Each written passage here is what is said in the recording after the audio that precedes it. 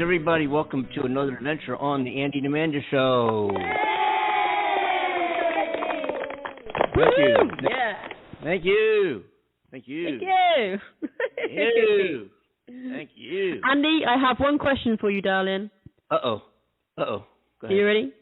I'm ready. Do you have that Friday feeling? I have that Friday feeling. Woo! Yeah, that's what I'm talking about. I do. It's another Friday show. I can't believe another one. We're headed towards the end of July here, towards the end of July, and times are moving. Whoa, I can't believe it. Just going by so fast. It just seems like, it's funny because we do these Friday shows, and it seems to me like they just, it was just yesterday we did our last Friday show, and the last Friday before that, and the Friday before that, and the Friday before that. What we really need to do, I think, is everybody say orgasm loud. Hell yeah. Hell yeah. Yeah, baby. So how you doing, Mr. Kimball? I'm doing fine. I'm doing real good. My internet hubby? My internet wife? I'm doing great.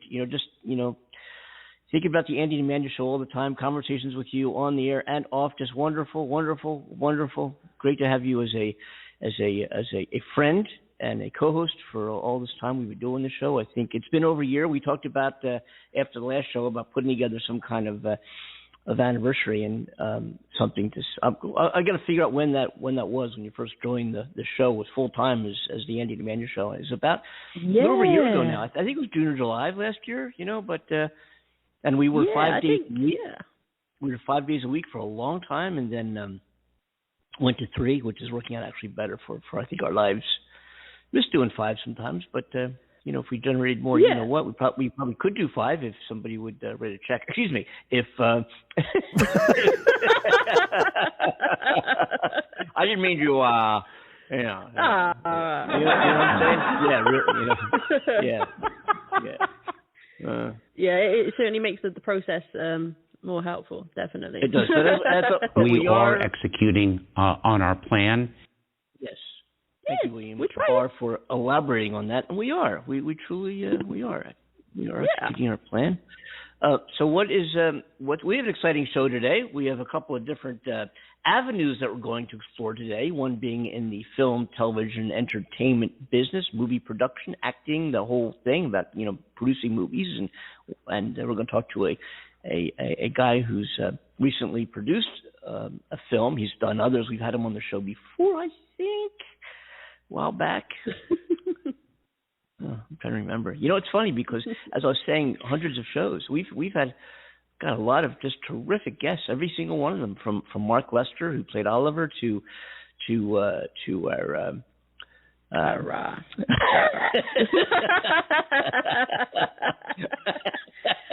We had Dolores E. Jordan, Michael Jordan. Dolores Jordan. Thank you. And lots of wonderful people. We didn't have Ron Jeremy on the show. We just talked about him. Right? No. He's never actually on yet. We're trying to get him on the show. Yeah. Oh, got some other AVN news to talk about later in the show. Which I'll talk about. Oh boy. Yeah. Not another an established woman who has appeared in over 600 porn flicks was diagnosed with metastatic breast cancer, being treated, living in her car, making 600 movies, doing well, a big fan audience, ended up her career living in her car here in California, and was found deceased in her car from a single gunshot wound. So I'll mention Delilah's Sky, I think. I'll go back to that a bit later. Yeah, and that's been, you read about some of these folks. Not that I want to dive into that industry right now, but just real quick in passing, you read about some of these folks who have, had their 15 minutes of flame, more than 15 minutes of not flame, of fame. Did I say flame? Of fame, and they flame out. That's what I meant to say.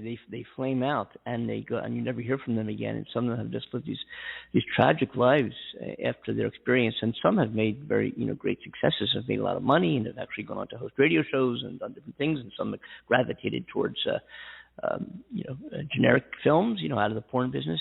But many have had very tragic lives.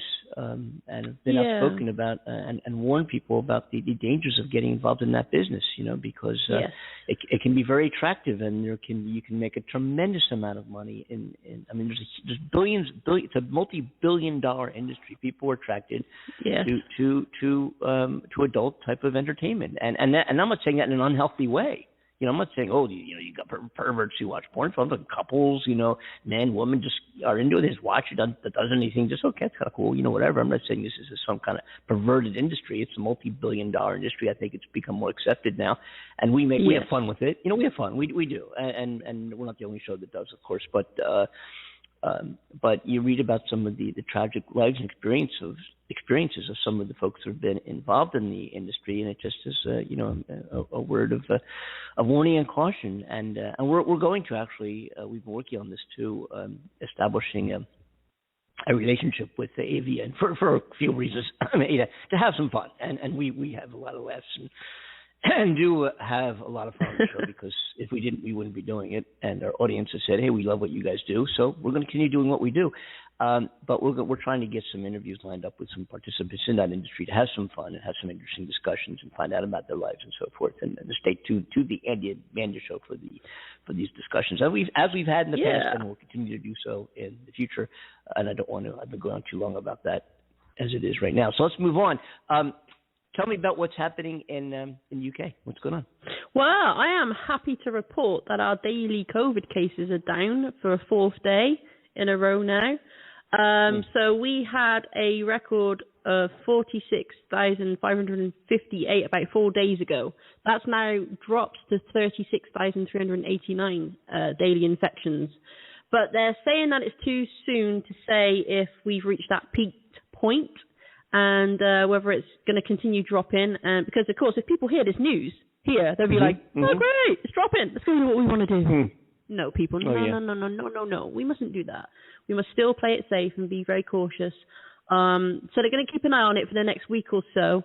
The estimated daily growth rate shows signs of a possible slowdown. And so the estimate is that infections are growing at between 4 and 6% a day, down from 4 and 7% last week. So they are saying that national statistics based on swab in the community suggests 1.3% of the population, or 1 in 80 people, have the virus, up from 1 in 100 the week before. So they're going to keep monitoring this. We need to still be very careful. This is a good sign. Let's just hope now that it's reached that peak and it is going to drop, because they were predicting, as you know, a week or 2 weeks ago, that it was going to reach 200,000 cases a day. And that's a scary number, and that's not a number we want to witness right now. So fingers crossed we stay away from that. Also, you guys have a firm in the US, a clothing company called Lorna Jane. Heard that? Yeah, okay. So you got stores there, and there's stores in Australia and another country, probably somewhere in, I think it's Taiwan, China and Taiwan. So this Australian company had been advertising that their active wear, for working out and things like that, was able to stop the spread of COVID. And they had advertised that its clothing used a groundbreaking technology called LJ Shield to prevent the transfer of all pathogens, okay? So it went to court, and the judge said that they were exploiting a lie, basically, and that it was potentially dangerous. And so the owner, Lorna Jane, has accepted the court's ruling and said that she was misled by their supplier to say that, it protected everybody from the pathogens and stuff like that. So unfortunately, she's been fined a whopping $2.6 million for claiming that their clothes prevented COVID. Yeah. Oh, my God. That's quite really, oh, my God. Even to make such a claim would be absolutely absurd. Well, you would think that somebody who owns a big store like that across multiple countries and makes a huge profit would be looking into her supplier's claims, covering her own back legally as to whether this was an actual truth or not. So, molecularly impossible. Oh, yeah. Because I'm sure if that was the case, other companies would be jumping on the bandwagon with, okay, so if they can make it, let's make the same thing and protect everybody from COVID, make millions of dollars. So that's naughty. That's not a very good thing at all. Where are these clothes made? Don't ask me. Ask China that question. China. We have a lot of questions for China. Don't we, though? Hey, we do. We, for those of you who missed our last show, we tried to call the China embassy, the embassy of China in Washington, and asked them these questions, and they didn't pick up on the last show. We'll see if we can get in somewhere and try that again. Maybe next week or something. We got to talk to China. We really do. We got to figure out a way to talk to China. We will. And ask them. We have so many questions that are piling up. You know, we really do. Yes, we do. Cases are backing up. Yeah. And the only thing they've said to us is... now my revenge is complete. That's all I've heard so far. Oh, bless them. You know, China, you're not our enemy on this show. We have fun with asking you things, but it's only because, you pop up in the news, my darlings, and we're grateful for you listening and joining us, and hopefully you see the funny side of what we're sharing. Speaking of China, I meant to tell you this on the phone the other day. Speaking of China, our audience, 2% of our audience, 2%, and we're in 22 countries, 2% of our audience is in China now. And that, grew from a few listeners to 2% of a okay number, of a pretty significant. I have to look up at the numbers. Anyway, 2% is in China, 10% is in the UK, and 70-some-odd percent is in the United States, and the rest is scattered around the world in small numbers and slightly larger numbers. But let's just have 2% of our audience listening right now in China. That's very cool. And I wonder if this is good or bad. I wonder who those people are as that 2%. Wow, the mind is boggling. You think about these things, though, don't you? Like, who's really listening and who's listening? Yeah. Whoever you are, thank you. We appreciate you anyway. We do, and it might be maybe that's why they didn't answer their phone. Anyway, yes. You know what I'm saying? Yes. Hey, I want to. There's been in Los Angeles. We have a mask mandate back in place where if you're going indoors, you need to wear a mask, and if you're outdoors, you don't. This was lifted June 15th, and if you were vaccinated, you didn't need to wear a mask anywhere, indoors or outdoors, and didn't need to apply social distancing if you're vaccinated, for all good reasons, because vaccinated people have not been getting ill. A very, very, very, very small fraction of the population has been getting affected, not infected, but affected by COVID, to a point where they're able to say, hey, our numbers were so small, and the beds that were occupied with the coronavirus patients were all but empty, just really going down big time. There were some, obviously, but going down. And then the unvaccinated people blended in with the vaccinated people, saying, hey, they won't know the difference. And these people, and vaccinated people can carry the COVID virus and transmit it. They won't be affected by it to any degree. And these unvaccinated people began to become sick, and these people created a catastrophe for everybody who did the right thing and got vaccinated. Now, because of the numbers rising in Los Angeles, they've mandated a mask policy in LA. Now, in a national basis, there's been discussions in the White House. And let's take a listen, and we'll talk about this and elaborate further. The White House has been steadfast in their commitment to combat this virus and to stop the killing that it's done. To stop it. And you have to get vaccinated. That's how it happens. And these numbers have to get way, way higher than they are. And for a month, about Biden and staff have just been hey, the numbers are going the right way. We're starting to open up, and we have been across the country. The last month has been until recently has been showing some real positive things, and then bam, we are in a very, very bad trajectory because of the people who refuse to get vaccinated. So there's been no national, hey, we got to put the mask, mandate back in nationally, and God forbid what happens to small business if we have to do a lockdown again. But this whole thing is because of these stubborn people these ignorant people who won't get vaccinated. They think it's either their right not to, or they think that they're being injected with a chip that they're going to be followed by the government, or they feel that it's not tested enough. If they don't want to get a vaccine, you don't have to. But these people are the folks that are getting sick and dying. There's many, many YouTube videos up there now from these patients who would not get vaccinated, and they're in the hospital now on ventilators. Listen to what they have to say. Listen to their warnings. Heed their warnings, folks. But let's take let's see what's going on in the White House as far as the discussions are concerned right now.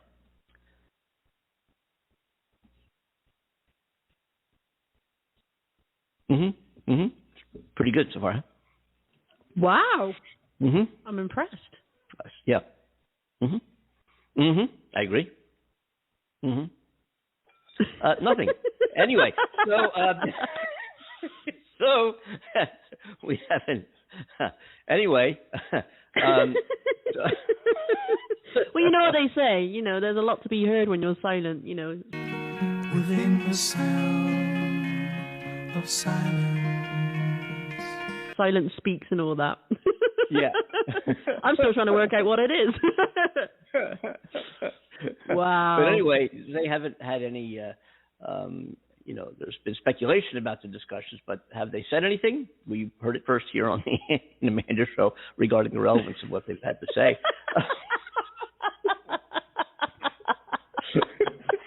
Only on the Amanda Show. We speak the truth. Yes. If nothing's going to be said, then we'll just play nothing. You can make your own interpretation. Yeah, if they don't have anything to say, then we'll let you know that too, and we'll play it for you.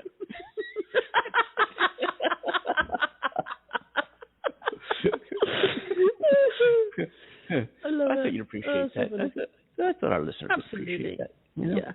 Yeah, absolutely. Oh, gosh. So what else is going on over there, Andy? Oh, not much. No. Well, there is a little. Also, a overnight camp here in the United States, in the Midwest. 8-week overnight, sleepaway camp. Okay.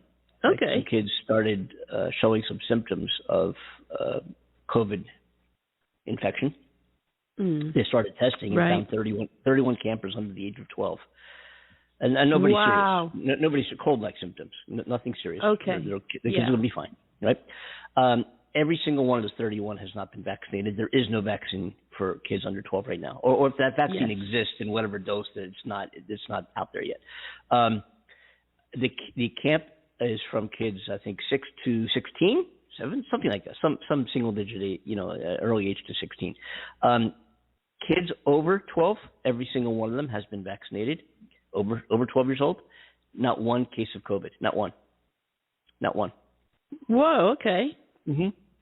31 cases for kids under 16. Under 12, excuse me. Yeah. Well, they're planning to vaccinate children here, like I mentioned on the previous show, for 12 and over, because kids are now starting to experience the symptoms of COVID. So that's an interesting twist in events, really. I guess it was expected, the more it mutates and things, but wow. Okay. Pretty cool. And there's a couple of news items, but before I just realized before when I was talking about our guests, because I want to stay tuned and I want you to stay tuned for their introduction as well. And on the second part of our show, we're going to have our stock day trader, AMC Squeeze, GameStop, and so forth, a guy who's been on the show with great enthusiasm, needless to say, about what he's doing and how his investments has turned out. He's sharing that information and letting everybody know what he has done. And we're not going to give advice out. We're not financial advisors. We're not licensed to do so, nor do we, but we just share experiences, and that's all Lee does on the show. And that'll be the second half of our show. So the second half, we're going to have a guest on speaking about what's going on with AMC and GameStop and so forth, and day trading. And our first guest is going to be talking about the entertainment business, the film business, acting a movie that he just made that's out there now, making some noise. So it's kind of a fun show that we have lined up ahead here. Absolutely. On the Amanda Show, yeah. I've been excited all week for this. Excited. Cool. Excited, yeah. Isn't it kind of fun? It's kind of fun. Yeah, we have, as Cornell was telling me, I guess yesterday, Cornell's our show coordinator who does, all I do is get behind the mic. I have no idea what happens behind the scenes, folks, to be honest with you, as Amanda and Cornell will attest to. I get their text up saying, oh, yeah, good idea. Hey, that sounds like fun. That's about all I do, right? I say, oh, yeah, good. And sometimes, Amanda says, here's the kind of questions, here's the kind of conversation. I remember you did this yesterday. I'm going to have with this guest, and I send her back my ideas. Which I don't know if you want to make public. It did have me laughing a lot, I gotta admit. It's a lot of fun. But yeah, I've been so excited about this and letting everybody know about this show. What a great start to our weekend as well, having this multitude of wonderful people on our show today. It is, and our show, our number here to ask our guests questions, because we know you don't want to ask us anything, obviously, or talk with us for whatever reason. Don't know why. Yeah, right. Can't feel that. Our number is 515-605. Yeah, really. 515-605-9888. Give us a call. Get involved. We'll talk about anything you want to talk about. Don't worry about what we're talking about. We things cross our mind. We talk about it. We're unscripted. We're raw. We're unrehearsed. We have no agenda, really. We talk about what's in the news, obviously, but not as news reporters. Just giving our own, comments and 2 cents and. And on the rating for our show has been. They said it had a D- rating from the Better Business Bureau. I said that's not true. It had an A. That's an A, and that's because. Thank you, Trump. Thank you, really, because Listen, this is the way it is. It is. Well, yes, we agree with you. Yeah, thank you, Mr. Trump. Yeah. But if you want to get on the program, 515-605-9888. If you have any comments, suggestions, you want to get onto the program via the internet, if you have a headset, microphone, blah, blah, blah, you do so just by sending us an email during the show, andyandamandashow@gmail.com, and we'll send you a link to join us that way. And we've had guests who have joined us on the internet as well. It works out perfectly fine. We can hear you just like you are on the phone. And we're always open to your ideas, suggestions, comments. We've had some great comments. We're so glad that people have really enjoyed listening to what we do. We've had some real good comments and suggestions, and we're looking forward to receiving yours as well. Again, the email address is andyandamandashow@gmail.com. And absolutely. And, we're one big family. Yeah. We are. Don't be shy. Come say hello, and we'll give you a shout out. We will. Send us your name or something in an email, and we'll be like, "Hey, how you doing? Thank you for joining us," and give you a shout out on the show. It's always nice to hear your name. We'll definitely acknowledge your you as a listener. If you just want to, let us know that you've heard the show and what you think, or maybe not, what you think, and nice. we're nice. Least you can do is be the same. Yeah. I think we're nice people, Andy. Yeah. We're nice people. We are. Do you know what I was about to say? Hang on. Wait a minute. No. Sorry. I tried. Anyway, here's what, I guess in all seriousness, I really should play I like the idea about nothing coming out of the White House, because what you're about to hear is truly nothing coming out of the White House. And somebody should agree with me if I play it. So here's what we did before is I played you what actually has come out of the White House. Nothing. I can play it again if you want to hear it.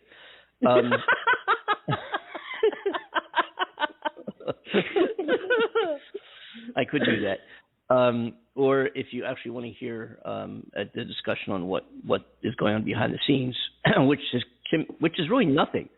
Do you know how much nothing there is in the news? And that yeah. You know what I mean? There's so much nothing in the news. And if that nothingness was really played, there's discussions, but what actually has occurred? I mean, so I'm not denouncing every news information. Obviously, things happen, changes are made, policies go into effect. There's crimes and good things and bad things that happen that people talk about. But basically, when they talk about, well, this, and this, and there's so much of, well, and it culminates in nothing, that if they actually were to play the nothingness that happened, I think 70% of our news shows would be radio silence. Because, and you heard the first example of that here on the Andy and Amanda Show. We're going to hear right now what actually is going on at the White House regarding these discussions. As to what should be done with masks. Now, it was categorized to me by West Wing aides that these were sort of routine discussions. They've been having them every so often in weeks, just in terms of overall policy, health policy in response to the pandemic. But they have taken on a heightened urgency the last couple of weeks as the Delta variant surges across the country. Now, no decision on masks were made. The White House has made clear. They have said that they are deferring to the CDC. They're not interfering. They're going to let the CDC issue the guidelines, and the White House will then support them and push those out. To this point, those guidelines have not changed. Unvaccinated people are to wear masks when they're indoors. Vaccinated people, there's no recommendation that they do so yet. There have been discussions, though, and certainly there will be further talks in the weeks ahead as to whether that could change. White House Press Secretary Jen Psaki, notably, was asked about this yesterday, and though she said nothing was on the horizon, she did not rule out the possibility that there could be a change down the road, even if she was downplaying the nature of these discussions, saying, look, of course, you would want public health officials to consider all options. She said it's not imminent, but this is obviously something that they're watching very carefully here, and it would be, beyond the public health crisis, a real complicated political moment for this president, who just a few weeks ago was declaring our independence from the virus, who still has his administration pushing these vaccines to those hesitant or refusing to get it. And of course, if masks come back and more lockdowns come back, that would damage the economy too. This is something this White House is watching very carefully right now. They know we're at a crucial inflection point. So you tell me what was said. Well, I'm still trying to work that out, Andy. And we have. I want to pick this. Hold on a minute. Hello, greetings. You're on the show. This is Andy of Andy and Amanda. We have Amanda in the UK, and you are. Hello. Hello. Hello. Hello. Hello. They just dropped. Is it us you're looking for? Maybe not. Anyway, and I want to skip right from that to so again, what getting back to what I was saying. Yes. What do you conclude outside of nothing from the clip I just played? Nothing, Andy. Sincerely, nothing. So now I'm going to play the first thing. Nah, I won't do it. Anyway, the first clip I played was silence because it was basically nothing. The point I'm making here is that if you decipher, if you go through all the news and you figure out everything, this person said this person said that, what's going on, so much is nothing. And here's the tragedy of that. And this is getting to, I guess, my point, is that so much division has occurred in this country in the past, recent years, 4 years, preceding Joe Biden. Yeah. And, the racism discussions, all these things that are happening, and there are things that are being brought to the surface and things that are being given attention that are well-deserved to be given that attention. But you wonder how. And I guess really getting back to the big picture, this lie about an election being stolen, about Trump not causing the insurrection, all this.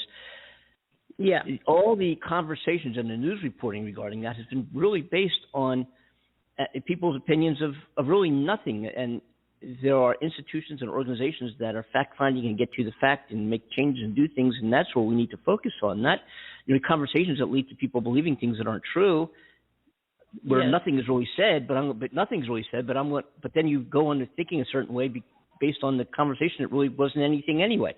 Anyway, we're gonna try to pick up this call. I'm not making. I'm sorry. Okay. Anyway, let me get to this call. Hello there. You're on the Andy Demand.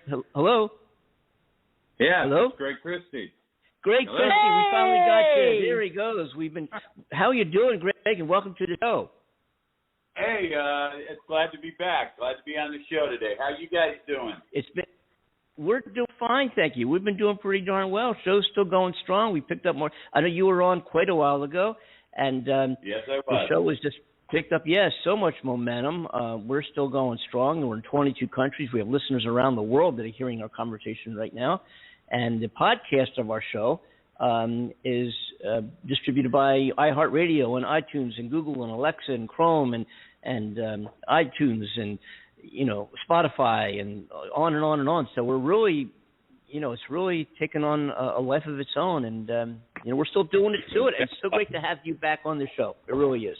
Thank Absolutely. you. It's great to be back. Oh, bless you, sweetheart. Tell us about what you've been doing. I know you have a new film to talk about and a new project. Yeah, we just recently got Await the Dawn. It's now available on Amazon Prime. So we hustled real hard, and we're very grateful for the people at Amazon for picking us up. So we're real good there. Since we last talked, go ahead. That's fantastic, because we were awaiting the production of that. The last time you were on the show, we heard about it. It was a horror sci-fi movie, and now that it's actually seen the dawn, and we have no more awaiting. And I got to say that we're excited to see it. We're excited to see it, Greg. But can you? Yeah. I have to tell you, I love the commentary that was made about that. I thought that was great, because I'm going to steal it now. Thank you. But can you give us a brief rundown on what it's about and the character you play, my darling? Essentially, Await the Dawn is it's about a troubled family. They've got little problems, as all families, I think, across America and the world do. So they're traveling across the country, and they get hijacked by what we'll call a desperate man who was in the science world, worked for the government. Wow. And he's actually running from it's got a kind of a science fiction sort of aspect to it. So he's running from an entity that's from another dimension, and they come face to face with the family and our creature, and they are kind of locked in a scenario of who's going to blink first. I got to admit, that sounds like my kind of movie, because I'm into that kind of thing. And the whole, knowing that person could come from another dimension in something like a horror movie as well can be seen as so freaking cool. But, I mean, I know people generally find the horror genre fascinating. It's always been fascinating to me. There's a huge market for it, and all sorts of questions arise for the average viewer regarding the roles played within that genre, simply because it takes you to extreme and otherworldly viewing experiences, right? So what attracted you to that role, and how was your experience within that horror aspect of the movie? Well, I grew up with, watching a lot of horror films and so forth, and I think what attracted to me to the film in general was the possibilities that I've always thought that there are other dimensions that live upon us. I mean, it's real simple as we hear about people saying that they're visited by apparitions or ghosts, and they walk among us and so forth and so on. And until that can really be proven false, because it just can't be. The idea that it exists is kind of an interesting one, so that we could possibly be visited in various forms, surely appeals to me. So there was that aspect of it. It was a great opportunity to work with a childhood kind of idol of mine, Dee Wallace, who did E.T. Yeah, and then I also got a chance to work with Malachi, who was actually Courtney Gaines from Children of the Corn. So those were a couple of horror films and in science fantasy that I grew up on, and I was able to work with them. So knowing I could pull them together for the film was kind of the added plus for me. That's exciting. I mean, I grew up with watching Children of the Corn too, so I mean that's one of the legendary ones that sticks out in my mind. Absolutely incredible. That must have been so exciting for you. Okay, so it was. Yeah. As an actor, okay, so we know about method acting and drawing on experiences in life to bring the character you play to life and make your role believable. Because of this, do you ever find it hard to switch off from any role that you've played? Yeah, I mean, there's an aspect of it, sure, because you want to, if you're shooting on a continuous daily basis, you have to maintain that character. It's because, you have to sometimes you're shooting out of sequence. You know, films generally aren't done that you look at a script and we're going to shoot page 1 to page 150. Yeah. There are days, you know, you may start the production and you're on day 30 in essence. And then a week later, you're going back to page 2. So you kind of have to understand that character sort of has to continually be there for you to continue to draw upon them so that there's a continuity of character. Wow, I know that's it's incredible. Complicated, but it gets there. And then, I was going to say. Yeah. What's that? No, carry on. I was going to say, the complication of it all. Please continue, sweetheart. Yeah, it's, you know, there's, depending upon certainly some characters are much greater to, you'll take a thought of Daniel Day-Lewis in My Left Foot. It took Daniel several months to break away from that because of the depth that he goes through for certain roles. But, you know, you try to realize that you do have other things that are around you, and so you drop some of it. You know, you can't walk home if you're playing a serial killer. You certainly just can't walk home and be juggling knives in the kitchen while your wife or your immediate other is looking at you like, just stay away from it. Yeah, right?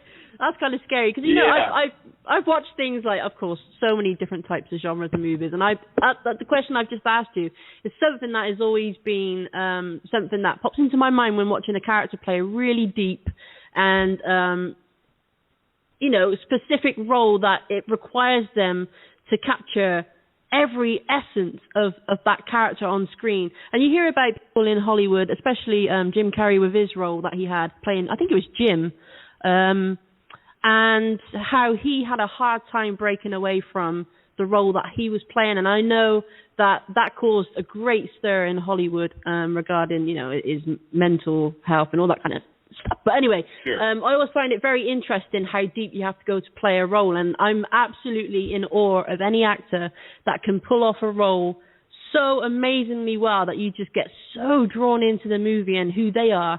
And then you're just a huge fan of that character and, of course, the actor.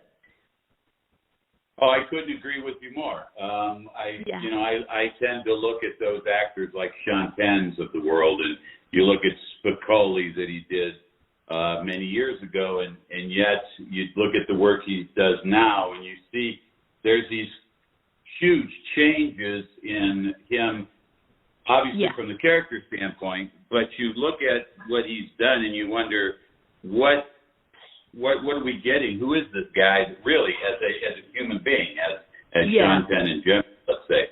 But, you know, the interesting thing is you're not really playing a genre. So, like, not everybody who plays a serial killer is a serial killer.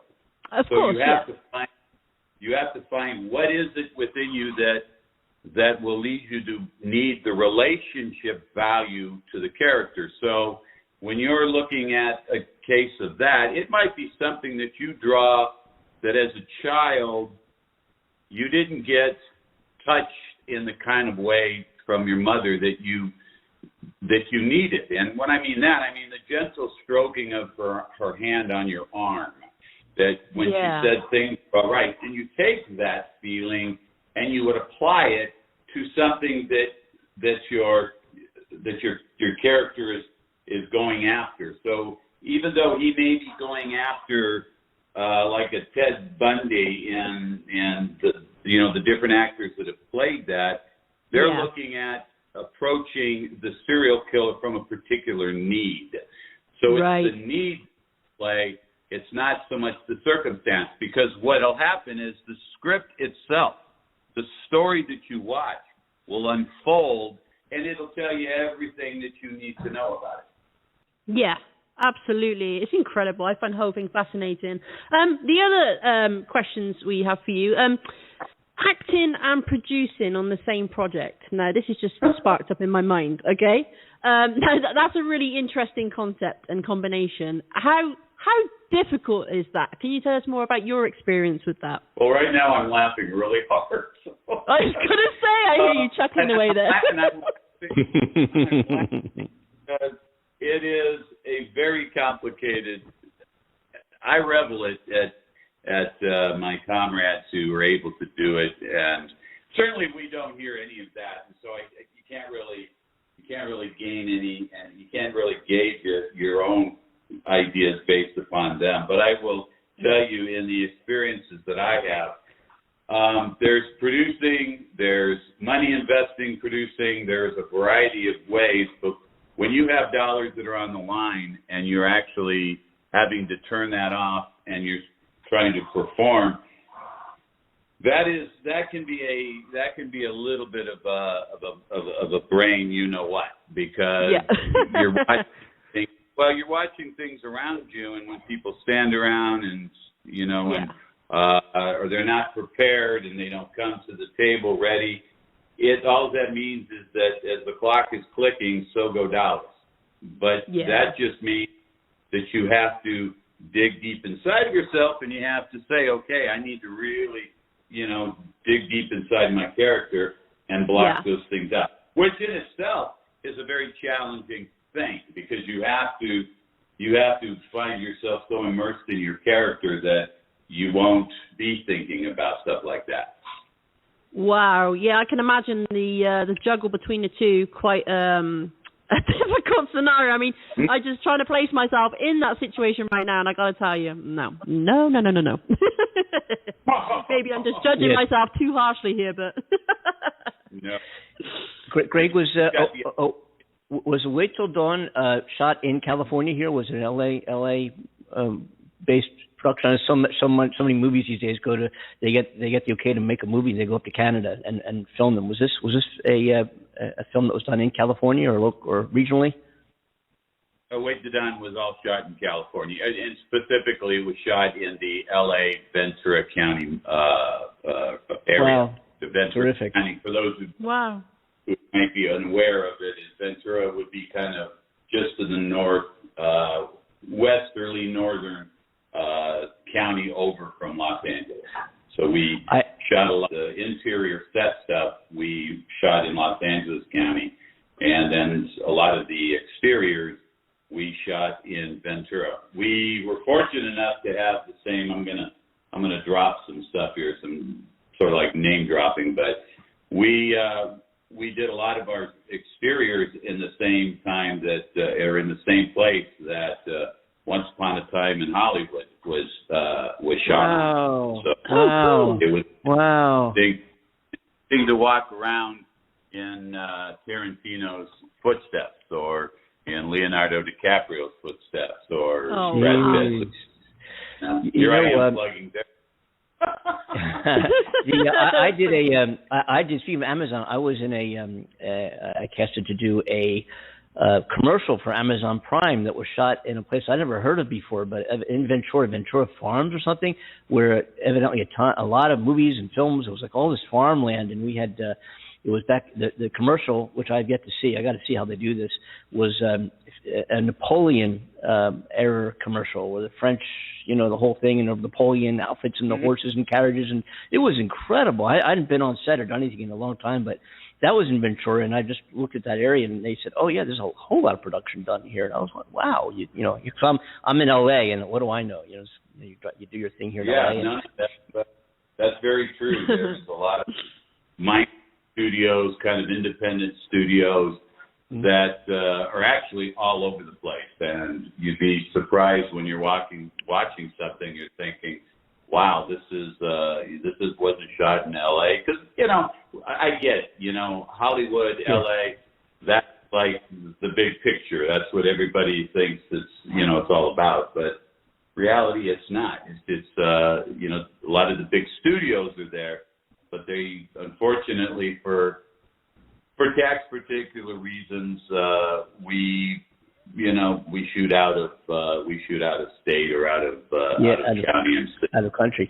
Yeah. Talk to us a little bit about, because your involvement both as an actor, producer, writer is phenomenal and unique, and you're kind of broken through and made some incredible headway and breakthroughs in a very difficult industry to do so, and you've been very successful, and for that reason alone, it's great to have you on the show as well. Thanks. And yeah, really, I mean that in all sincerity. And so can you talk us through, because I know it's come up on the show before with listeners, and we've had people who've written screenplays and people who've written books, and it's, what do we know? We sit here and talk about whatever comes from mind at that moment. But it's great that people actually know something about what they're talking about. Can you talk us? Can you talk us through the process and what So you have this idea. Do you take an idea to a book? Do you take it to a screenplay? And that's A. B. What happens after you have the book or screenplay? Who do you go to next? How does this become facilitated? Who do you get excited about an idea? How does that idea go from an idea to here's a check and here's a production on Amazon? I mean, my gosh, that's incredible. You've done this. This is amazing. And I want our listeners to know that this is no easy feat what this guy has accomplished here. This is incredible. It's great. Yes, well, so go ahead. Certainly not to discourage young filmmakers and writers and so forth that are out there. Your opportunity, your chances of getting a job becoming a doctor are far greater than they are to make any kind of money, whether it is money or fame or notoriety. It's much easier to become a successful doctor or attorney than it is to land some of those things in the entertainment business. Yeah. There are thousands upon thousands of, we'll just say, actors, and and literally 1% of all of those actors that are out there are making an actual living. The rate right now is like your average actor makes about $15,000 a year. Good luck. Wow. Wow. So it's a tough racket. It truly is. It's very tough. I mean, writing a screenplay or putting a treatment together, there is a certain amount of luck to that. I mean, I would say there's quite a bit of luck to that because it isn't a patent, I'm going to go down to the market and I'm going to be able to pay, $1.25 and get my half gallon of milk. So you don't have a particular place. You get lucky, you make connections, you get lucky, you submit to a variety of different places, and maybe somebody sees. So Wait to Dawn, I will use that as an example. I just happen to know Macho I just happened to have been in a class that I just happened to have taken because just as the steps went forward, we talked afterwards. I was interested in financing a film. We had a discussion. I liked the script. We worked on it quite a bit. We sent it through a couple of rewrites, and then we put it together. We hired independent filmmakers, meaning direct cinematographers, sound, editing, etc. We went through a gamut of things, but it was a very fortunate and lucky break for all of us, and that's really what it takes is the lucky break. So there really is no patent formula. You just have to be, more than anything, you have to be aggressive, and you have the not give up attitude. Yeah. I have a friend of mine. I used to, having done the show for quite some time now, a lot of people know that I was an airline pilot. I used to fly jets for a living, and it was one of my careers. But anyway, a good buddy that I flew with at the time went on to for a very successful career with American Airlines and became a captain and the go-to guy on CNN. His name's Les Abend. When an aviation accident or incident or crash would happen, like the MAX 8 and so forth, the disappearance of the jet in the Gulf, he's the guy that you saw on CNN. He wrote a novel called Paper Wings, and it had an aviation angle, but it was a detective, edge of your seat kind of a kidnapping murder mystery, and a pilot is involved as one of the characters. And he wrote this book distributed by Amazon and others, and we got to talking one day, and he said, Andy, hey, I was reading the book. I'm saying, let's just make a great a TV series or a movie. And another friend of mine's a bandmate. I had a band for a long time, and that bandmate is a guy who has been very successful as a screenwriter. As a matter of fact, responsible for many of the episodes of a TV show called House, of which he got an Emmy Award. His name's Larry Kaplow. So I was talking to Larry. Oh yeah, and I was talking to Larry, and Emmy Award winner, full-time job with CBS. I forget the Rogue something he was writing recently, but anyway. So we were talking on the phone, and he was, hard to even connect with him, and finally we did. And he said, he got the book and everything. He says, Andy, you know what? There's a billion people out there with screenplays and ideas, and it is next to impossible. It is great. He said, look, the book is not for me. It's not anything I would do. Doesn't mean somebody else wouldn't. But he said, trying to get this book into something is, it's going to take you a whole lot of time and effort, and good luck. Forget it. Ain't going to happen. Well, and but if that was the truth, then nothing would ever materialize. If that were true, no, there'd never be a movie. I agree. And I agree with you. And which comes to the point of, like, with our film, the horror sci-fi, is how many horror films do you think are thrown out there on an annual basis? There's a ton of them. There has to be. You have to have something in your film that sort of separates it from something else. That's kind of a start, because, as he was saying, there's a lot of this, there's a ton of that comes out under what your friend's book was about. Now, ours was kind of fortunate because it had a couple of things that were locked in. It had a prequel, it had a sequel that was there, it had an idea that wasn't really explored all that much. So there was some room for it being slightly different. But when it came, so it's just, you have to be lucky that somebody sees that there's a little something that's different.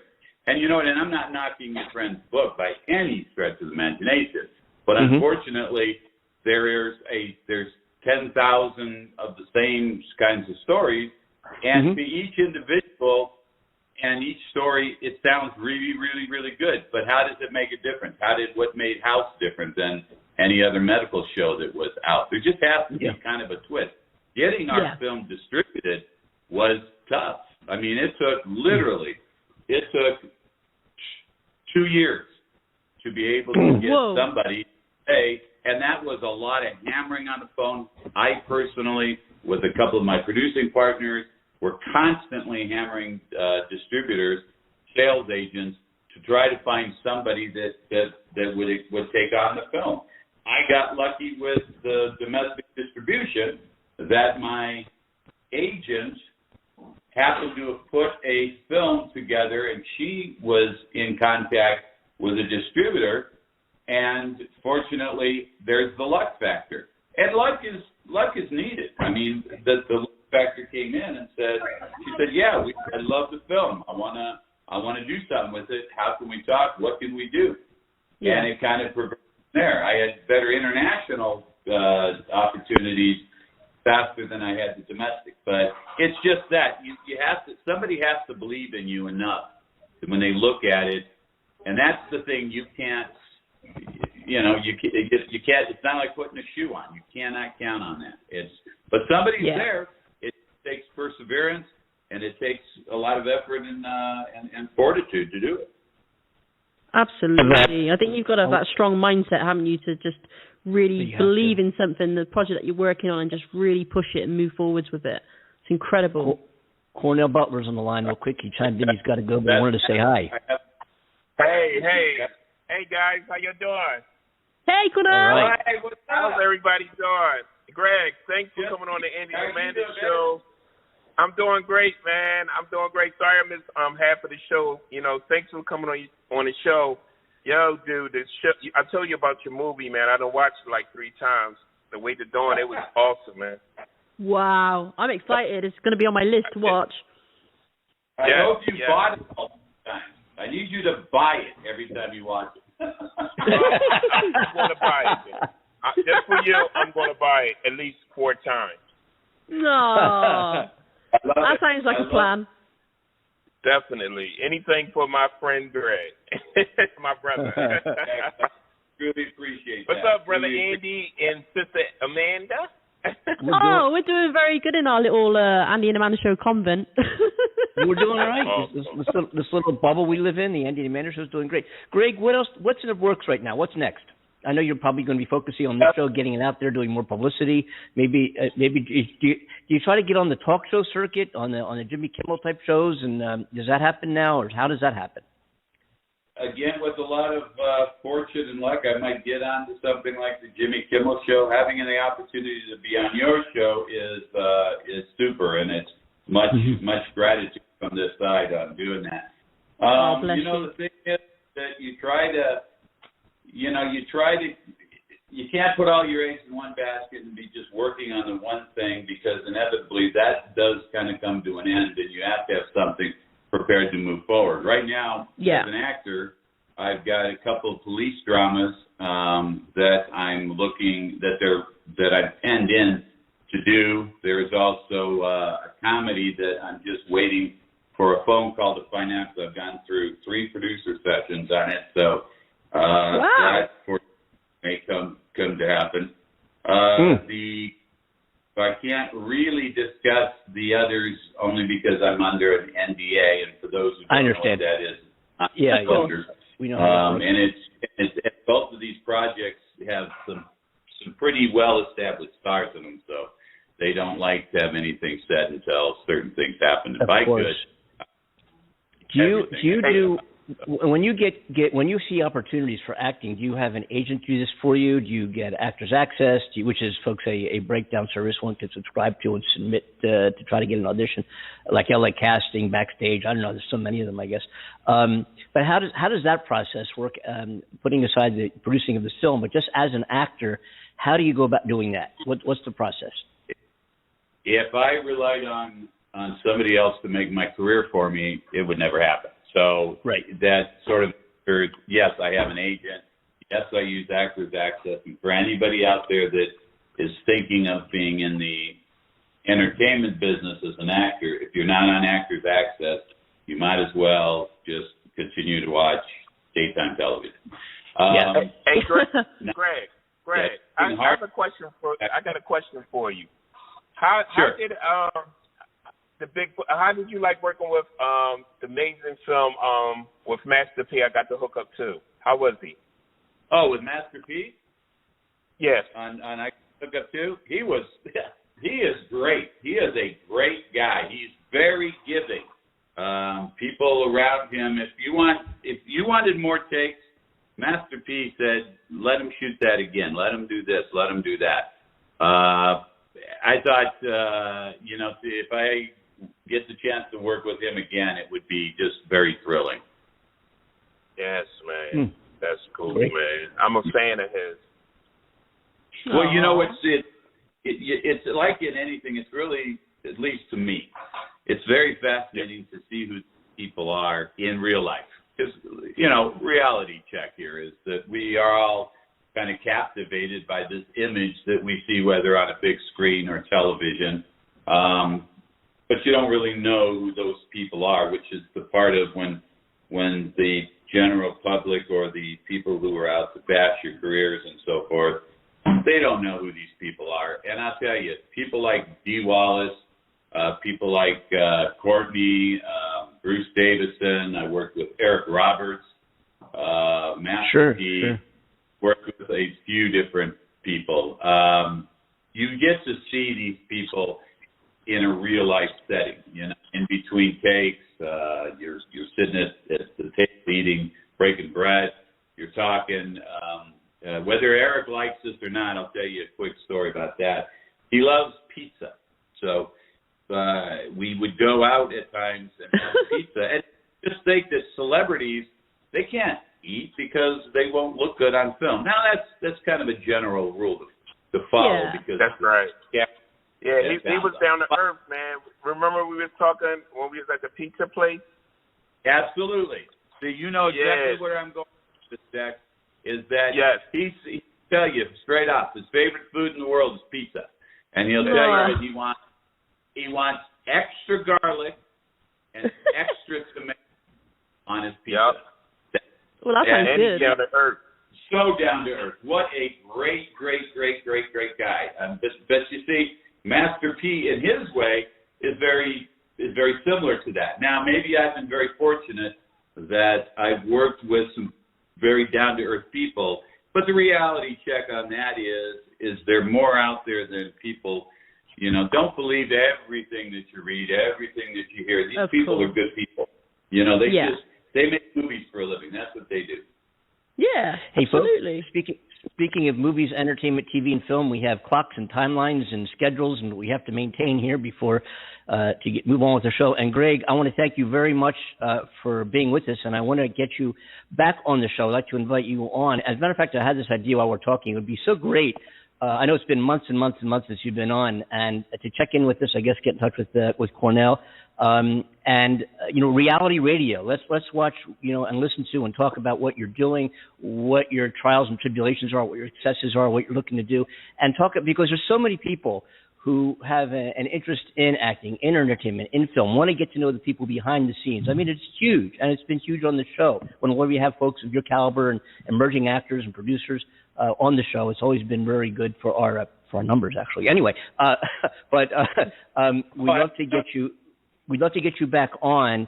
We have to move on now. We're going to bring on our next. We're going to go from the film and entertainment business to the investment, day trading, and AMC and GameStop with Lee Van Dusan and special guest Will Lobach, investors. And Greg, if you want to hang in there and be part of that conversation, you don't have to go. You can hang in. I'm not going to kick you off the show if you want to hang in. I actually have another phone call that I do have to take. Okay. But I want to say thank you very much, three of you, giving me the opportunity to talk about the film, and I would love to come back again, and we can shoot for a whole bunch of different contexts or conversation or whatever.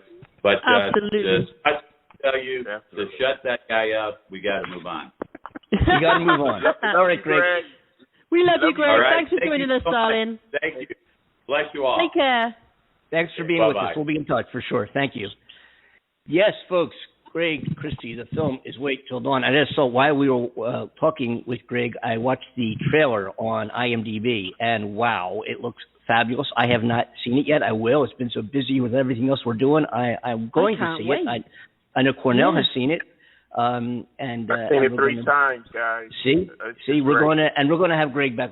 It's so cool to get talk to somebody in the movie. We see movies, we watch TV, and to talk to people who are actually doing it, who you see on the big screen, and they join the Andy and Amanda show. It's fabulous, just as fabulous as the conversations we've been having. What a segue! God, you think I do this for a living? What? Just as fabulous as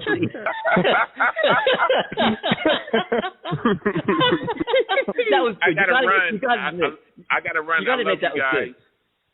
Okay, my darling. Okay. Take care. Bye now, Cornell. Cornell. Speak soon. Definitely. See you now. We'll be in touch, Cornell. Thanks so much, man, for joining us again. That was a good segue. Talking about our next guest, Lee Van Dusan and Will Lobach, who and Lee has been on the show several times now, talking about the day trading, the stock market, the AMC Squeeze, GameStop, and he's had us our energy and our adrenaline running. This guy is the Mr. Personality of the investment world, and it's so great to have him part of the show. Lee, welcome back. Hey, how's it going, guys? It's going. Lee! It's going. Woo-hoo, it's good to be back. Oh, yeah. How you doing? I'm doing very well. Thank you. How you guys doing today? Oh, we're doing great. How was Mexico? Oh, my gosh. It was fantastic. I'm well tanned and burnt. I'm just a little jealous right now. A little jealous. I got the margaritas out of the way for the show. Oh, fantastic. Send one over. Send one over, darling. You were in Mexico. Wait, you were in Mexico? It's a Democrat hoax. No.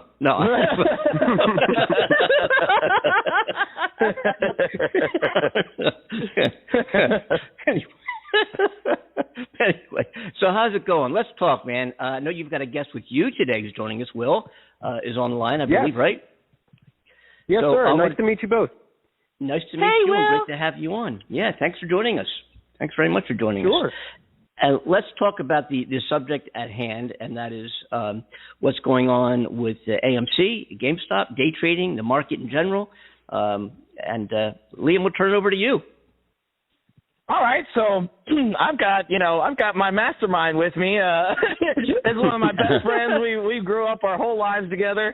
Trust him with just about anything. So I definitely want to hand this over to him and get started with what's going on with AMC. And we've got some really exciting news. And he just kind of wants to we want to break it down so the average person can understand exactly what's going on here. And Will is here to do just that.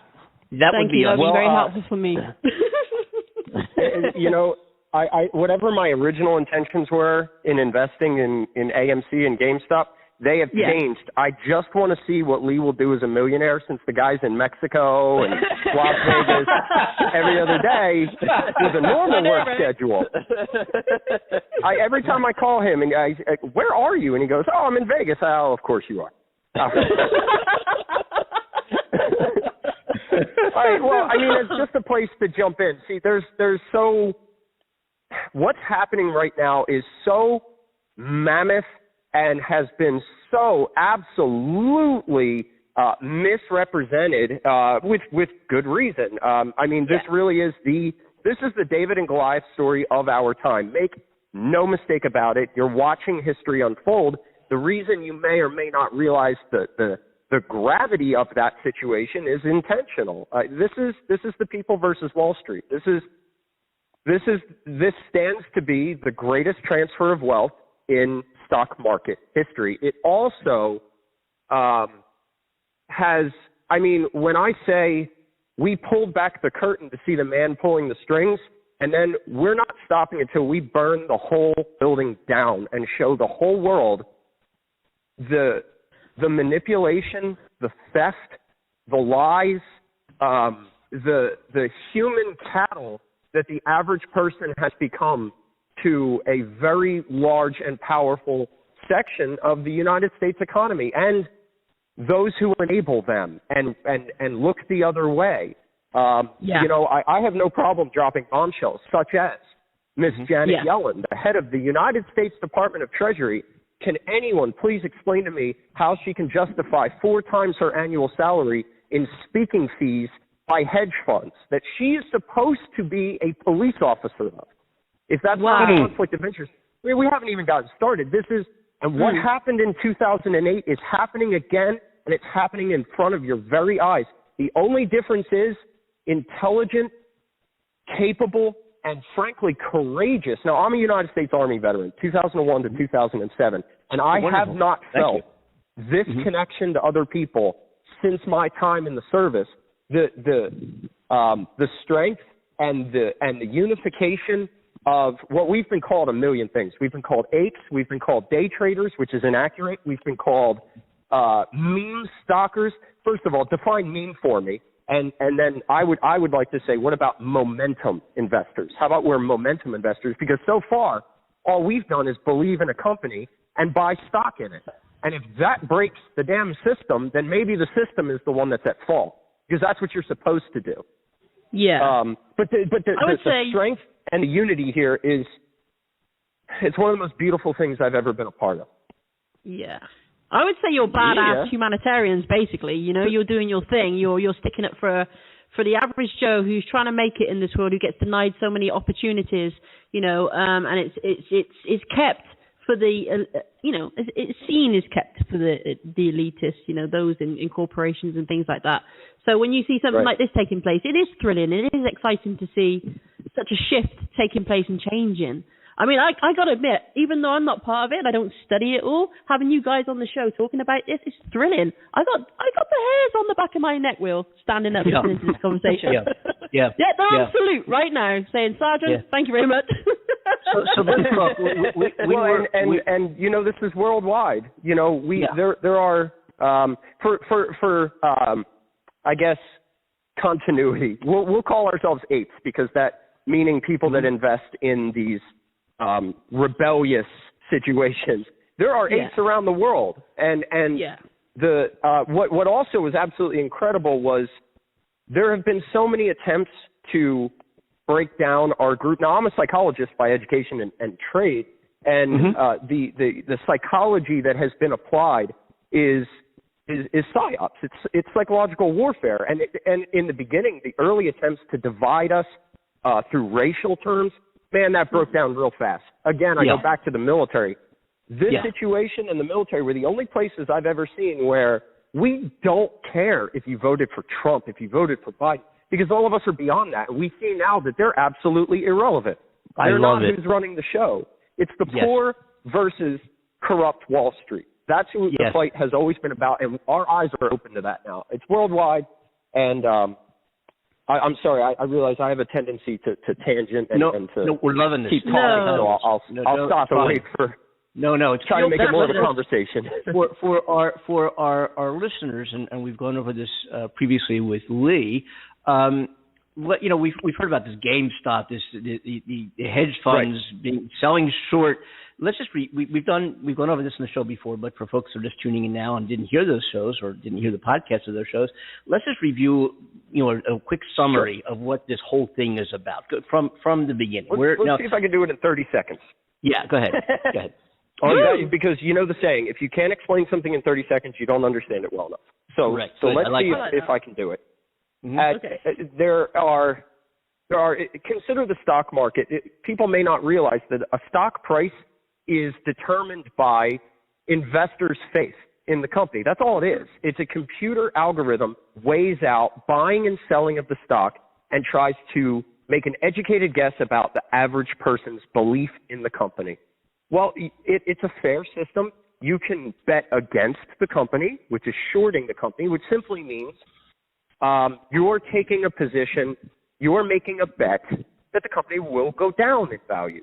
Or you can place a long position. In other words, buying stock.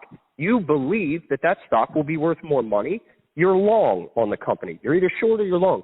Both are necessary in the same way that two teams are necessary to play a basketball game. Okay, there's got to be an opposition. Fine. However, the difference in what we're dealing with is the stock market is broken up into a series of hierarchies, and toward the top is something known as a market maker. Well, can I have abilities that the let me ask you a quick question. I just want to hold that thought. Hold that thought. Don't lose where you're at. I want to step back just a couple of seconds, because what I want to do for our listeners is say, if you let's say if I just heard you, I would say, well, you can bet against the company. I go to a casino and you bet on red because you think it's going to land on red, or bet on black because whatever. Now, if you bet, that means am I actually investing in a company how's that working? So I'm going to say, hey, I think. Well, that's a good question, it's actually there's two answers to that, because there's two ways to quote unquote bet against the company. An actual bet is called a put. It's an option. See, what they do is they use complicated words to make it sound more complicated than it is. It's a bet. Yes. You're betting that the company will decrease in value. That's a put. Another way to say that's the derivatives market. It's a bet. It's sports betting is what it is. Okay. So where do I put my money? Betting on a horse in a race. Where do I put my money? If I say this company's go out of business, I'll bet $1 million on it. Where do I put that $1 million? Well, you could either put a put, which is a contract that says if the price falls to this price or lower, you'll be paid. That will expire in the money, and that means you win. And the lower the price goes, the more you win. Or you can do what they're doing, which is intentionally making the company fail. Because make no mistake about it, you're seeing the predatory behavior of intentionally driving a company into bankruptcy, and it isn't the first. Toys R Us was driven out of business. Sears was driven out of business to the point of buying a large amount of shares so that you can place your people on their board to make bad decisions to drive the company under. That's one method. Another is having, let's say, a substantial financial interest in news organizations. I don't know why. Allegedly, the words CNBC are coming to mind right now. Motley Fool, which is owned by a hedge fund. Jim Cramer, and all of these names that seem like these authorities on what to do with your money, but it's strange that it always seems to be in their interest what they recommend you do. That they can actually drive a price under. I don't want to talk offhand because I would need time to look into it. I'd like to sound intelligent on the subject. Came forward with revolutionary medical advancements that were driven out of business by predatory short sellers. These people are they're the bullies of the stock market, and they decide what happens to our country, to our business, to our economy, to the world economy, in effect. Well, long story short, what happened was at the beginning of the coronavirus pandemic, the government in their, let's say they had good intentions of keeping the economy afloat, they gave permissions to an already all-powerful entity within the stock market known as market makers. And, of course, they abused that authority. Their job was never to decide who lives and dies in this business world. And they began shorting these companies into oblivion. The reason is they've always done this. And if a company goes to zero, if they effectively kill a company, they don't have to pay back anything. So they were brazen. They were brazen, and they started doing which is great that it's gaining traction, a phenomenon known as naked shorting, right? Which is counterfeiting. That's the translation of that term, counterfeiting. They're printing shares they know they cannot acquire. The AMC stock has been sold out for months. We've owned the entirety of legitimate shares since probably May. That's been confirmed by the New York Stock Exchange president, by the CEO of the company, by failure to deliver reports. And in 7 months of us fighting this battle, never once, despite all of their campaigns, including the most recent one where they're using the names of the victims of the Las Vegas shooting as bots on YouTube comments, I mean, it's disgusting. The amount of effort that probably billions of dollars they've spent, today included, to try and scare us away and get us to let go in this great tug of war, they've never once come forward and shown us how our data is wrong. They've never refuted our thesis. They've never argued our point. They have only attempted to emotionally and psychologically manipulate investors because we caught them. We have them by the balls. There's absolutely nothing they can do. Consider the analogy. If you came home and found someone had burglarized your home, and you walked in and you locked the door from the inside and put the key in your pocket, and you're just waiting for the cops to show up, there's nothing that assuming they don't have a gun or anything, there's nothing that they can do. We've locked them in to their illegal behavior. The SEC, who is supposed to be the police of the stock market, and I'm not going to say that they're not involved because I work for the government. I know their practices. They wouldn't comment if they were involved. But at this point, silence is culpability. You need to say something. Yeah. Today alone, 91% of real people using their real money for a better tomorrow was redirected into what are called dark pools. In other words, if we were playing a video game and I had a cheat code turned on to where 91% of your points don't count, and you're still beating me, I don't know what that says, because we're still winning. Maybe play another game. Yeah. So let's. I want to two things I want to go back to. One is we were on. I think we first talked about the AMC Squeeze 2 or 3 weeks ago, whatever it may have been. And at that time of the show, we pulled it up live on the show, and the stock price was 58. It is now, and I never heard. I didn't even know what it. I don't have. The only thing I'm aware of is Tesla stock, and I don't own any stock, but I own a Tesla, so it's exciting to me what they're doing. So that's as far as my investment career is going. I don't own any stock right now. I think I may have something. Well, that's a heavily shorted stock too.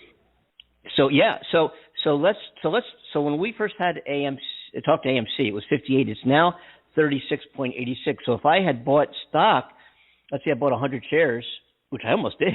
I was so excited about it a couple weeks ago. Well, you should now. They're on discount. Yeah, 36.85 right now. So it's and again, I want to say what we said all along. We are not advisors. We're not giving financial information. We're not making any recommendations. We're just people sharing what their experiences are and what they would be doing and recommending to their friends in everyday life. This is not an investment advisory show because we're not investor licensed to do that. So I want to be clear about that. Okay, now if I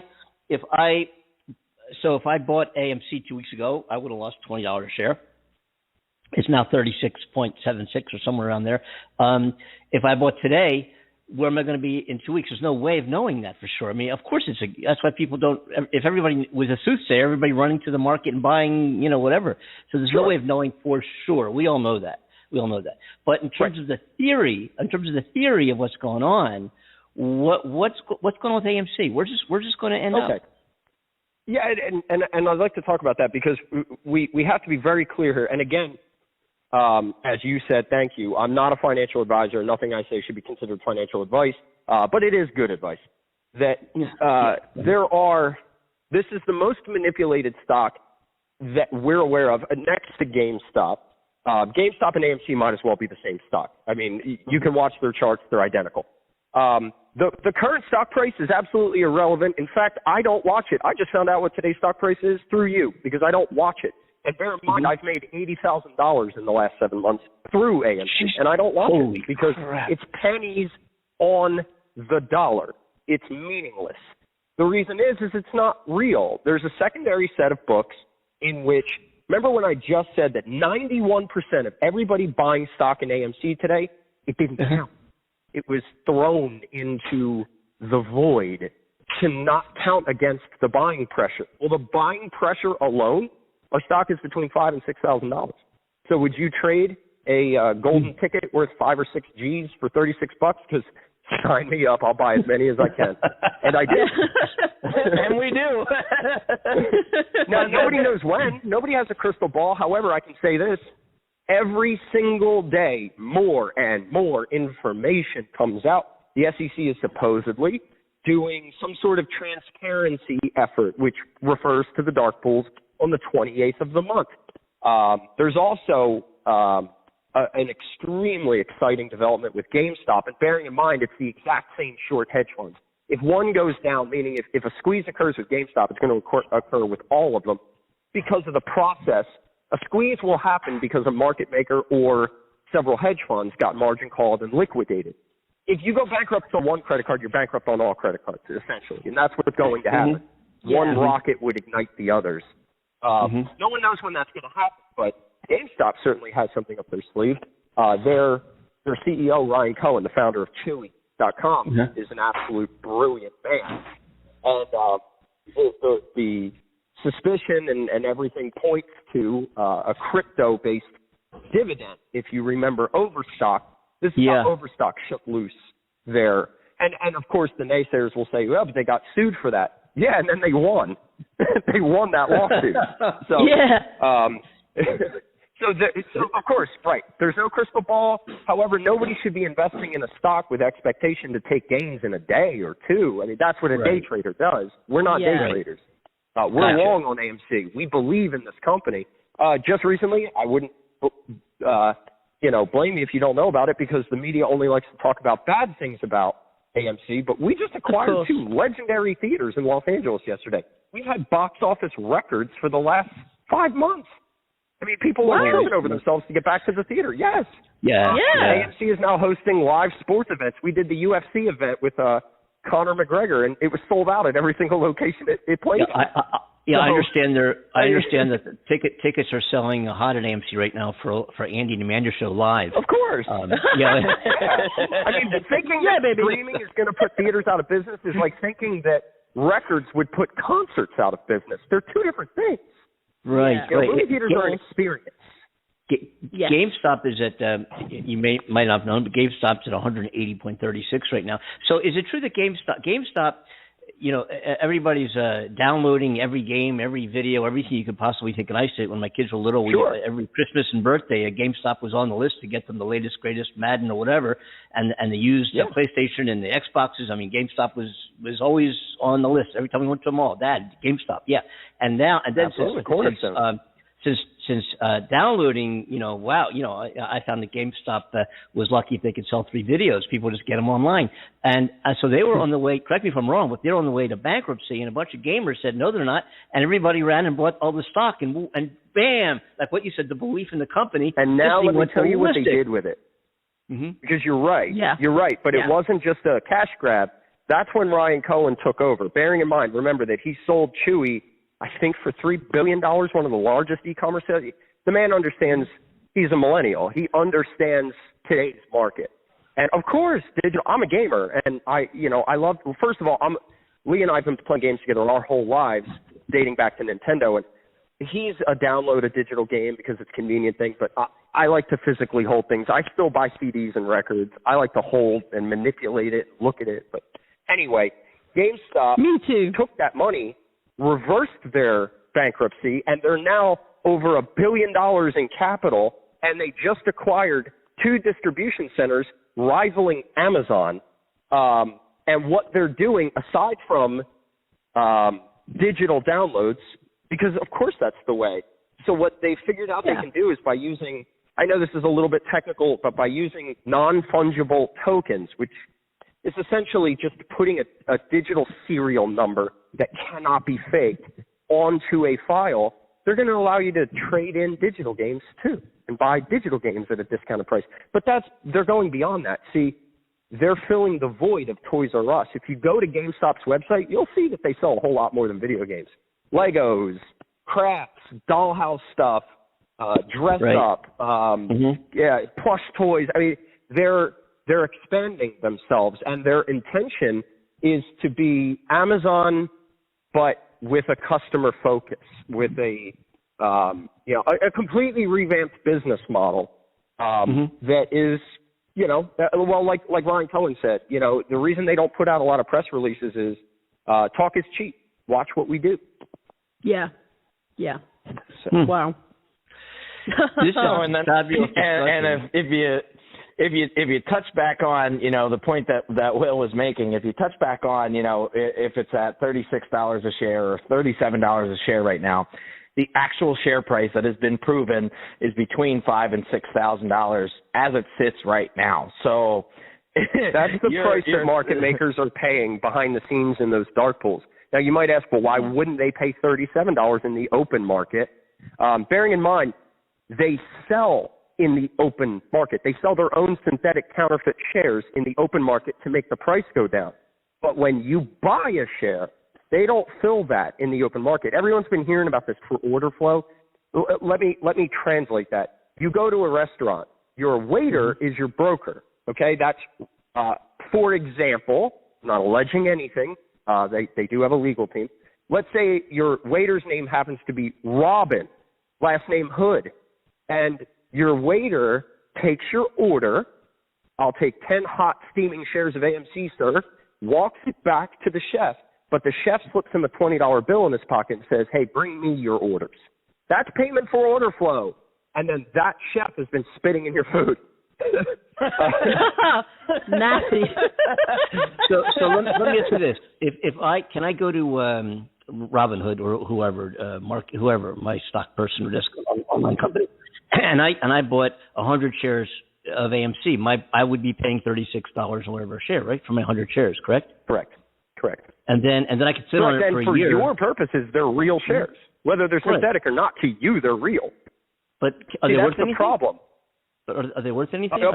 Of course. And when the time comes that they all need to be bought back, which, again, everything that we're talking about, we are readily available with peer-reviewed data, reviewed by people with PhDs in economics, by CEOs of large investment groups. Right now, there's this tremendous the movement has spread to LinkedIn, where professionals with their credentials representing their company are starting to come forward and go, you know what, I know this is a good old boy system, but I'm tired of pretending like this isn't happening.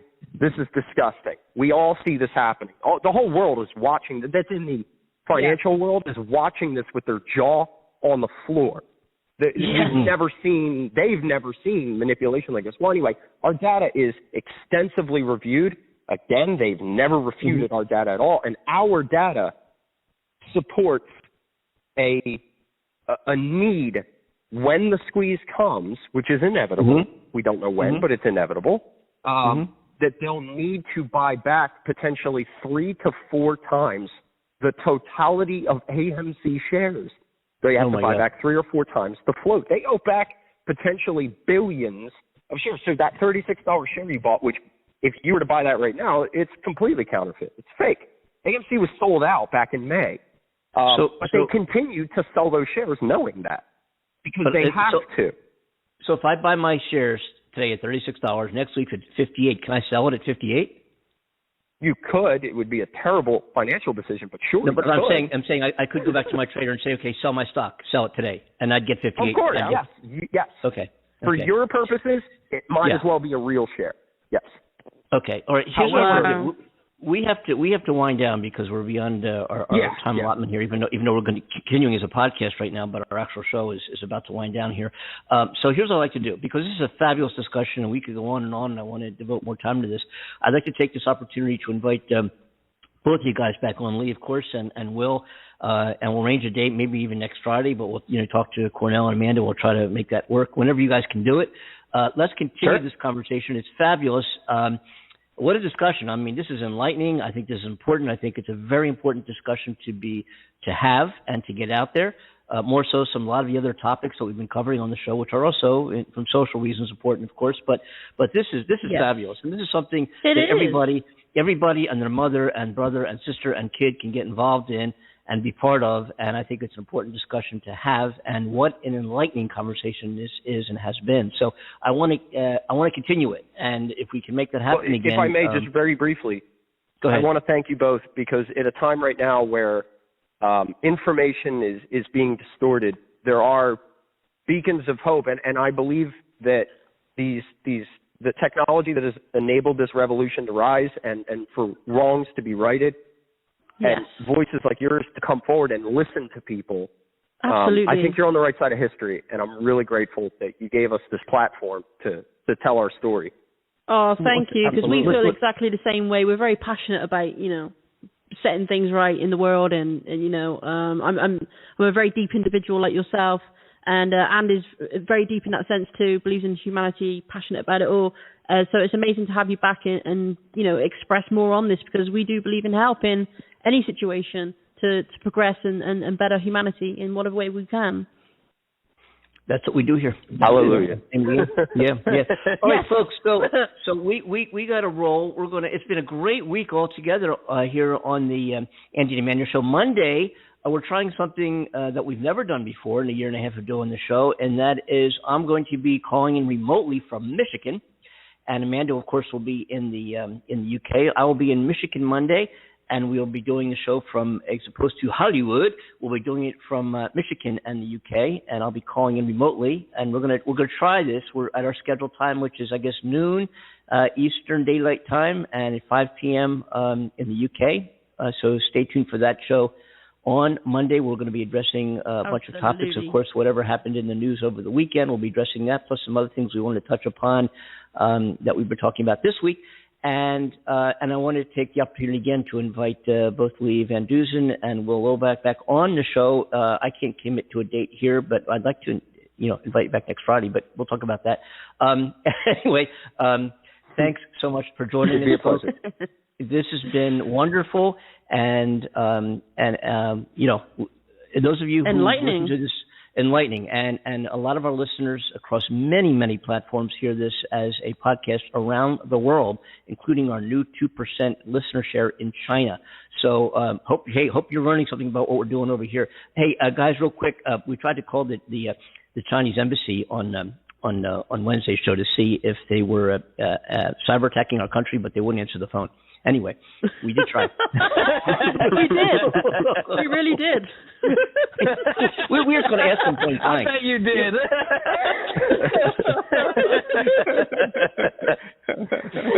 I don't know anything about what you're even talking about. Time. So anyway, we'll try that again next week. But anyway, folks, thanks for listening. Amanda, take us home. Thank you again. Lee Van Dusan, Will Lobach, Greg Christie. It's been a wonderful show, and we'll see you guys next week. Have a great weekend. Amanda, take us on home. Okay, so on behalf of Andy Kimball in California, Hollywood, and myself, Amanda Love, here in the UK, again, thanks to Greg, Will, and Lee. We love you guys. Thanks to all our listeners for tuning in, and join us again on Monday's show. Have an amazing weekend. Take care. Keep smiling. Do the right thing. Bye-bye now. Have fun. Oh, invest. Bye, guys.